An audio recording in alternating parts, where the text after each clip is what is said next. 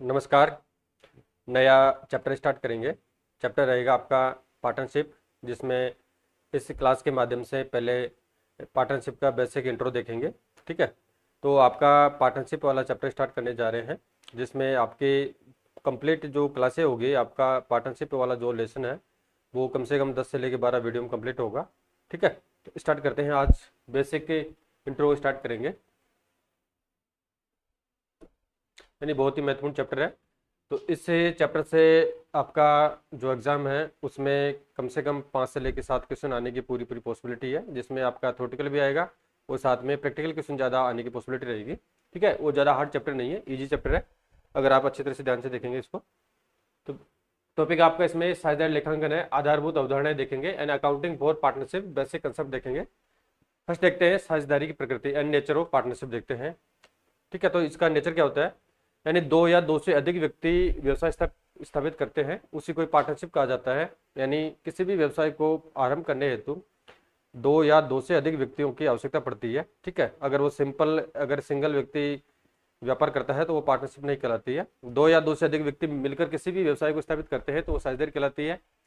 Next है लाभ हानि के बंटवारे के लिए सहमत होते हैं, यानी व्यापार में जो भी प्रॉफिट होता है, लॉसेज होता है, उसके लिए एक प्री डिसाइड रेशियो निर्धारित किया जाता है, उसके लिए ये एग्रीड होते हैं।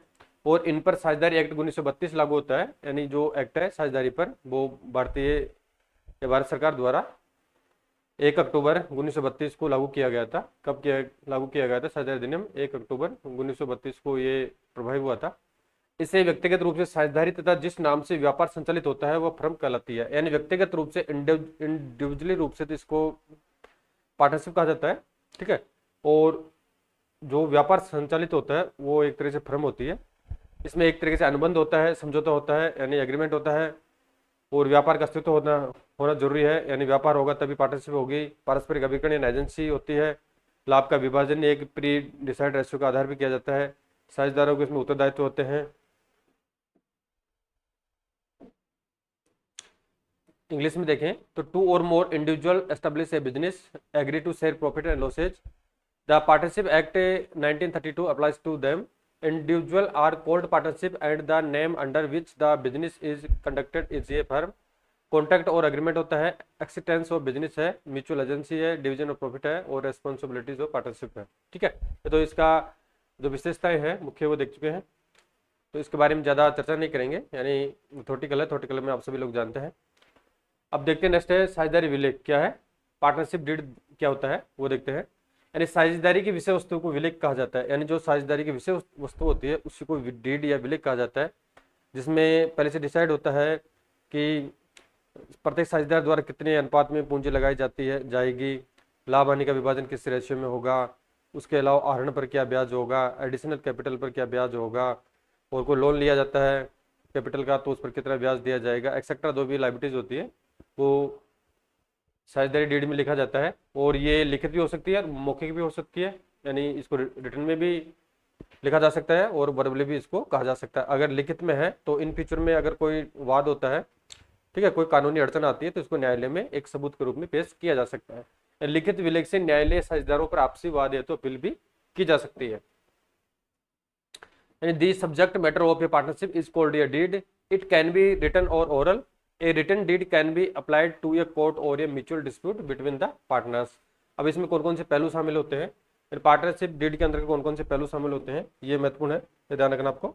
एक तो होता है इसमें नेम ऑफ द फर्म होता है, एड्रेस होता है, टाइप्स ऑफ बिजनेस होता है, नेम एंड एड्रेस से होते हैं, कैपिटल एम्प्लॉयड यानी साझेदार द्वारा कितनी पूंजी विनियोजित की गई है, अकाउंटिंग पीरियड क्या है, profit and losses sharing ratio क्या है, डेट क्या है, details of bank account, bank की डिटेल लिखी जाती है, कैपिटल कितनी लगाई गई, interest on loan and withdrawal, salary कितनी रहेगी, commission, remuneration, duties, liabilities, settlement in case of insolvency, यानी दिवालिया पे जो सेटलमेंट किया जाएगा, इसके अलावा settlement of account of dissolution, समापन होने पर, resolution of a mutual dispute, admission of A partner, retirement, rules on death. इस प्रकार का जो भी प्रावधान है इसमें पार्टनरशिप डीड में शामिल किया जाता है। नेक्स्ट है लेखांकन हेतु अनुकूल प्रावधान कौन कौन से हैं, provisions of relevant for accounting, ये इंपॉर्टेंट है। फर्स्ट है इसमें लाभ हानि विभाजन अनुपात है, यानी यदि विलेख में न हो तो ये महत्वपूर्ण है, आपको ध्यान रखना है। लाभ हानि विभाजन अनुपात अगर विलेख में पहले से डिसाइड कर रखा है कि किस पार्टनर को किस अनुपात में ब्याज मिलेगा, लाभानी में हिस्सा मिलेगा, तब तो कोई दिक्कत वाली बात नहीं है।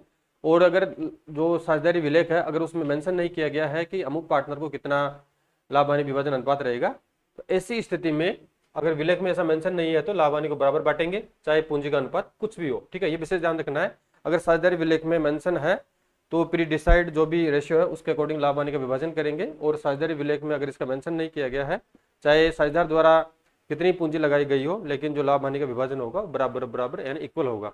नेक्स्ट है पूंजी पर ब्याज। सामान्यतः अधिकृत नहीं होता है, जो साझेदार पार्टनर्स द्वारा जो पूंजी व्यापार में इन्वेस्टेड की जाती है उस पर कोई ब्याज नहीं दिया जाता है। नेक्स्ट है आहरण पर ब्याज। विलेख में उल्लेख नहीं होने पर कोई ब्याज नहीं होगा। अगर विलेख में उल्लेख है तो ब्याज जो भी निश्चित दर तय की गई है उस पर देना होगा, और अगर डीड में इसका मेंशन नहीं है तो किसी प्रकार से ब्याज नहीं दिया जाएगा। ये महत्वपूर्ण है डी नंबर का पॉइंट।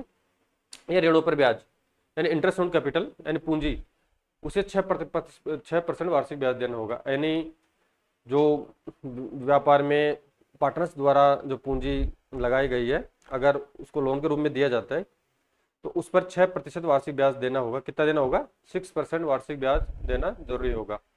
फर्म के कामों हेतु पारिश्रमिक विलेख में उल्लेख होने पर ही, अगर किसी पार्टनर द्वारा फर्म का जो डे बाय डे का कार्य होता है अगर वो कार्य कर रहा है, अगर विलेख में उसका मेंशन किया गया है तो ही पार्टनर को पारिश्रमिक या रिम्यूनरेशन दिया जाएगा, अन्यथा नहीं दिया जाएगा। And profit and loss sharing ratio है, if not specified in the date then profit loss will be shared equally regardless of the capital ratio. Interest on capital generally not authorised है, और interest on driving है not pure interest if not specified in the deed. यानी इसका English version देख रहे हैं, यानी आपको ये नोट्स है बाइलिंगुअल हिंदी इंग्लिश में मिल रहे हैं। इंटरेस्ट ऑन लोन्स है तो लैंडिंग कैपिटल में बारे में 6% वार्षिक ब्याज देना होगा, और रिम्यूनरेशन फॉर फर्म्स वर्क है only if specified in the deed. ऐसे नोट दे रखा है, if any partner use the property और profits of the firm and does any competing business related to the firm then he will be responsible to the firm and will have to return the profit earned। इसका कहने का तात्पर्य है यदि कोई साझेदार firm की संपत्ति या लाभों का प्रयोग करता है और कोई फर्म से संबंधित प्रतियोगी व्यापार भी करता है तो वह फर्म के लिए एक तरीके से उत्तरदायी होगा और प्राप्त लाभों को वापस करना अनिवार्य होता है। यानी प्रतिस्पर्धा का व्यापार नहीं करेगा और फर्म से जो प्रॉफिट या जो भी ब्याज प्राप्त कर रहा है, गेन प्राप्त कर रहा है, उसको लौटाना अनिवार्य होगा। नेक्स्ट है साझेदारों के पूंजी खातों का अनुरक्षण है and maintenance of A capital account of A partner. यानी साझेदारों तथा फर्म से संबंधित सभी लेन देनों को उनके पूंजी खातों किसमें कैपिटल अकाउंट्स के माध्यम से अभिलेखित किया जाता है। इसमें लगाए गए धनराशि आएगी, आहरण आएगा, लाभ का भाग आएगा, पूंजी पर ब्याज आएगा, साझेदार का वेतन, कमीशन एक्सेट्रा इसमें शामिल करते हैं। ठीक है, ये तो हो गया आपका थ्योरेटिकल पार्ट। अब यहाँ से थोड़ा प्रैक्टिकल स्टार्ट करते हैं। यानी जो अकाउंटिंग की जाती है तो अकाउंटिंग 2 विधियों से की जाती है। कौन सी विधियां हैं? 2 विधियां होती है, ये महत्वपूर्ण है। इसमें बात करेंगे जो सामान्यतः नॉर्मली किस विधि का ज्यादा यूटिलाइज किया जाता है। फर्स्ट विधि है आपकी, एक तो फिक्स्ड कैपिटल मेथड है। कौन सी है? Fixed capital method. और सेकंड नंबर की आपकी विधि है फ्लक्चुइंग कैपिटल मेथड, यानी फ्लक्चुइंग कैपिटल मेथड। ठीक है, यानी स्थिर पूंजी विधि और अस्थिर पूंजी विधि। इसमें all transaction related to the partners and the firm are recorded through their capital accounts. These include investment, withdrawal, profit and sales, interest on capital, partners, salaries and commission etc. है। अब 2 मेथड्स के बारे में बात कर चुके हैं। एक तो फिक्स्ड कैपिटल है, एक आपकी अस्थिर या फ्लक्चुइंग कैपिटल मेथड है। अब इसमें बात करते हैं पहले स्थिर विधि से। अगर एग्जाम में प्रश्न आता है कि आपको स्थिर विधि के माध्यम से प्रश्न का सोल्यूशन करना है, ठीक है, कौन सी विधि से? स्थिर विधि से। अब 2 विधियां हैं, एक तो स्थिर विधि है और एक आपकी अस्थिर विधि है। कौन सी है? एक तो स्थिर हो गई और दूसरी हो गई आपकी अस्थिर विधि, अस्थिर पूंजी विधि। अब इसमें जो स्थिर पूंजी विधि होती है उसमें 2 प्रकार के अकाउंट ओपन किए जाते हैं। एक तो होता है पार्टनर्स कैपिटल अकाउंट ओपन किया जाता है और साथ में करंट अकाउंट ओपन किया जाता है। ठीक है, और जो अस्थिर विधि अगर एग्जाम में प्रश्न में पूछी जाती है कि अस्थिर विधि से क्वेश्चन का सोल्यूशन करें तो इसमें सिर्फ और सिर्फ आपका कैपिटल अकाउंट ही ओपन किया जाएगा। कौन सा किया जाएगा? सिर्फ कैपिटल अकाउंट ही ओपन किया जाएगा। इसको पहले देखते हैं। इस विधि में साझेदारों की पूंजी स्थिर रहती है, इस कारण से इसको स्थिर विधि कहते हैं। जब तक कोई अतिरिक्त पूंजी आहरण नहीं हो, अगर व्यापारी द्वारा जो पार्टनर है उनके द्वारा कोई एडिशनल कैपिटल नहीं लगाई जाती है या किसी प्रकार का विड्रॉल नहीं किया जाता है, तो जो पूंजी होती है वो सामान्यतः स्थिर बनी रहती है। नोट दे रखा है इसमें सभी प्रकार के लेन देन जैसे लाभ की हिस्सेदारी है, पूंजी पर ब्याज है, आहरण का आहरण एक अलग खाते में रखते हैं जिसे चालू खाता यानी करंट अकाउंट कहा जाता है। और नोट दे रखा है नेक्स्ट है, पूंजी खाते का शेष हमेशा क्रेडिट होता है, यानी जो कैपिटल अकाउंट का बैलेंस होता है वो सीआर या क्रेडिट होता है, जमा होता है, जब तक कोई अतिरिक्त पूंजी या आहरण ना हो, जब तक किसी प्रकार से कोई एडिशनल कैपिटल इन्वेस्टेड नहीं की गई है या किसी प्रकार से कोई विड्रॉल नहीं किया गया हो। दूसरा नोट है, जबकि दूसरी ओर चालू खाता है जो आपका करंट अकाउंट होता है उसका शेष डेबिट या क्रेडिट दोनों हो सकता है, वो डिपेंड करता है सिचुएशन पे। तो आपको ये विशेष ध्यान रखना है कि स्थिर पूंजी विधि में दो प्रकार के खाते तैयार किए जाते हैं, एक तो किया जाता है कैपिटल अकाउंट, एक किया जाता है आपका करंट अकाउंट। नेक्स्ट नोट इसमें चालू खाते को बैलेंस शीट में नाम शेष या डेबिट शेष, एंड जो करंट अकाउंट होता है उसको बैलेंस शीट में नाम शेष या डेबिट को असेट साइड में, एम जमा शेष को क्रेडिट को लायबिलिटी साइड में रखते हैं। ये आपका इंग्लिश वर्जन हो गया। अब इसमें नेक्स्ट है, स्थिर पूंजी विधि के अंतर्गत दो प्रकार के खाते खोले जाते हैं, एक तो हो गया आपका कैपिटल अकाउंट और एक हो गया करंट अकाउंट। कौन सा हो गया? एक तो कैपिटल अकाउंट हो गया और एक हो गया आपका करंट अकाउंट, जैसा कि मैंने आपको पहले बता दिया है। नेक्स्ट सेकंड विधि आपकी अस्थिर पूंजी विधि। कौन सी है? अस्थिर पूंजी विधि। इसमें है, under this method only one account the capital account is open, यानी इस विधि के अंतर्गत केवल और केवल एक ही खाता खोला जाता है। कौन सा खोला जाता है? कैपिटल अकाउंट खोला जाता है। जबकि स्थिर विधि के अंतर्गत दो खाते ओपन किए जाते थे, एक आपका कैपिटल अकाउंट और एक था आपका करंट अकाउंट। नेक्स्ट है, it accounts for all adjustment, profit and losses, share, interest on capital, salary, commission and driving interest etcetera, जो भी है, यानी सभी प्रकार की जो लाभ हानि का हिस्सा, पूंजी पर ब्याज, वेतन, सैलरी, कमीशन, आहरण, ब्याज, तो सभी समायोजन कैपिटल अकाउंट के माध्यम से किए जाते हैं। In this method the capital account balance fluctuated decrease, so it is also called the fluctuating capital method, यानी इस विधि के अंतर्गत पूंजी खाते का शेष घटता भी रहता है वो बढ़ता भी रहता है, इस कारण से इस विधि को अस्थिर पूंजी विधि भी कहा जाता है। और सामान्यतः देखा जाए तो इस विधि का प्रयोग सबसे ज्यादा होता है, यानी जो अकाउंटिंग की जाती है वो अस्थिर विधि के माध्यम से की जाती है। किस विधि के माध्यम से की जाती है? अस्थिर विधि के माध्यम से की जाती है, बट आपको दोनों विधियां ध्यान में रखनी है। नोट है, this method is more commonly used, यानी अस्थिर विधि वाला मेथड है वो सबसे ज्यादा यूज लिया जाता है। अब इसमें इनके पहले अकाउंट्स देख लेते हैं। पहले तो आपके अस्थिर विधि का जो प्रारूप है, सॉरी स्थिर विधि कौन सी है? स्थिर विधि आपकी यानी फिक्स्ड कैपिटल मेथड, स्थिर पूंजी विधि। तो इसमें जैसा कि पहले बात कर चुके हैं कि इसमें दो प्रकार के खाते खोले जाते हैं, एक तो खोला जाता है पार्टनर्स कैपिटल अकाउंट। क्या खोला जाता है? एक तो कैपिटल अकाउंट खोला जाता है और दूसरा खोला जाता है इसमें करंट अकाउंट। कौन सा खोला जाता है? Current account. ठीक है, अब इसमें देखते हैं पहले पार्टनर्स कैपिटल अकाउंट का परफॉर्मा देखते हैं, डेबिट साइड और शेयर साइड। तो डेबिट साइड देखेंगे, डेट पर्टिकुलर जेएफ अमाउंट आ जाएगा और सेम इधर आ जाएगा। तो इसमें जो मद आएगी, पहले आएगा बैंक के परमानेंट विड्रॉल ऑफ कैपिटल, यानी जो परमानेंट विड्रॉल किया गया है वो कैपिटल अकाउंट में यानी स्थिर विधि के अंतर्गत डेबिट साइड में आ जाएगा, और जो बैलेंस शीट है वो आ जाएगा। और इसमें शेयर साइड बात करें, बैलेंस शीट आ जाएगा एंड ओपनिंग बैलेंस आ जाएगा, और bank fresh capital introduce and जो पूंजी लगाई गई है वो इसमें आ जाएगी। सिर्फ इसमें इन्वेस्टेड और विड्रॉल ही शामिल की जाती है पार्टनर्स कैपिटल अकाउंट में, यानी स्थिर विधि के अंतर्गत। और फिर बनेगा आपका पार्टनर्स करंट अकाउंट। स्थिर पूंजी विधि के अंतर्गत दो खाते बनाए जाते हैं, capital account, current account. Capital को देख चुके हैं, अब करंट को देखते हैं। तो वो सेम परफॉर्म रहेगा, डेट पर्टिकुलर जेएफ अमाउंट, और शेयर साइड में सेम हो जाएगा। अब डेबिट साइड की मदों को देखें तो बैलेंस वीडी आ जाएगा, तो in case of debit opening balance आ जाएगा, फिर ड्राइविंग कितना किया वो आ जाएगा, इंटरेस्ट ऑन ड्राइविंग पे कितना ब्याज लगा वो आ जाएगा। ठीक है, और प्रॉफिट एंड लॉसेज जो भी है वो यहाँ पे आ जाएंगे, जो भी लॉस हुआ वो यहाँ पे आ जाएगा। तो बैलेंस शीट दोनों का योग करेंगे, जो भी आएगा वो आ जाएगा। In case of credit closing balance. और बैलेंस वीडी में शेयर साइड बात करें तो in case of credit opening balance आ जाएगा, सैलरी दिया है वो आ जाएगा, कमीशन दिया है वो आ जाएगा, और इंटरेस्ट ऑन कैपिटल वो आ जाएगा, प्रॉफिट एंड लॉस आ जाएगा, प्रॉफिट एंड लॉस अप्रोप्रिएशन आ जाएगा, एंड शेयर और प्रॉफिट एंड जो भी प्रॉफिट है वो आ जाएगा, बैलेंस शीट आ जाएगा in case of debit closing balance. ठीक है, तो इस प्रकार से ये प्रारूप हो गया करंट अकाउंट का। अब नेक्स्ट विधि है आपकी अस्थिर पूंजी विधि। कौन सी है? सेकंड नंबर की है अस्थिर पूंजी विधि। अस्थिर पूंजी विधि। अब इसमें सिर्फ एक अकाउंट ओपन किया जाता है। कौन सा किया जाता है? Partners capital account. कौन सा किया जाता है? Partners capital account. ठीक है, इसका प्रारूप है सेम रहेगा, अभी जस्ट देखा था। बैलेंस वीडी आ जाएगा, आपका डेबिट क्लोजिंग बैलेंस आ जाएगा, ड्राइविंग्स आ जाएंगे, इंटरेस्ट ऑन ड्राइविंग्स आ जाएगा, और इसमें जो आपका प्रॉफिट एंड लॉसेज है वो आ जाएगा। फॉर द यानी जो भी आपका लॉस है, लॉस डेबिट साइड आएगा और आपका प्रॉफिट शेयर साइड आ जाएगा। For share of loss balance sheet in case of credit closing balance है, और सेम परफॉर्मा जो भी जस्ट देखा था वही है ये।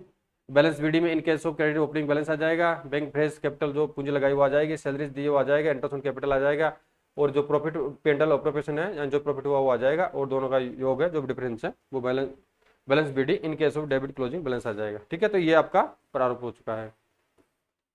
यानी अभी तो ये एक बेसिक देख रहे हैं इसका। जब इनका नेक्स्ट अब आगामी जितने वीडियो आएंगे मोस्टली आपके प्रैक्टिकल वीडियो रहेंगे, जनरल एंट्री देखेंगे और उनका जो जो भी न्यूमेरिकल क्वेश्चन है उनका सॉल्यूशन डिटेल से करेंगे। बार बार आता रहेगा आपका परफॉर्मा। तो स्थिर एवं अस्थिर पूंजी खातों के बीच में जो मेजर डिफरेंस है वो देख लेते हैं।